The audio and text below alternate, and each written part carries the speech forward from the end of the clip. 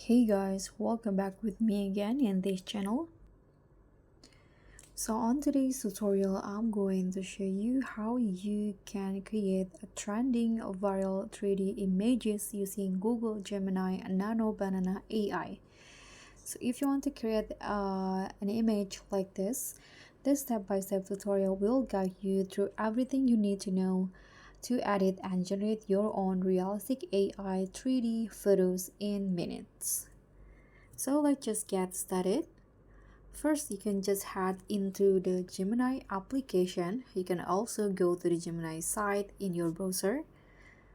If you don't have the app, you can download it from the Play Store. And now to go to the Nano Banana AI, you need to click on this button. So Nano Banana AI is the image generator features on Google Gemini. So click on it, and then here click on the plus button and add the image that you want to edit and turn into a figurine. So in here I'm going to use this image, and you can just write this prompt. So here is the prompt that I use. Using the model, create a 1/7 scale commercialized figurine of the characters in a picture in a realistic style, real environment, and the figurine is placed on a computer desk and has a round transparent acrylic base with no text on the base. And the content on the computer screen is the ZBrush modeling process of the figurine. And next to the computer screen is a Bandai style toy packaging box printed with the original artwork. The packaging features two-dimensional flat illustrations.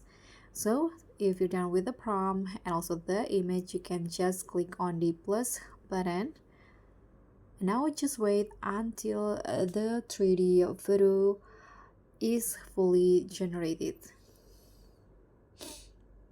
So this tutorial is perfect for beginners and pros who want to try out AI generated art or 3D mini figurine photo editing and the trending viral content in 2025. Okay, so the image is done. Let's scroll down and see the result.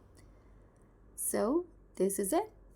This is your 3D image using Nano Banana AI with just a few seconds.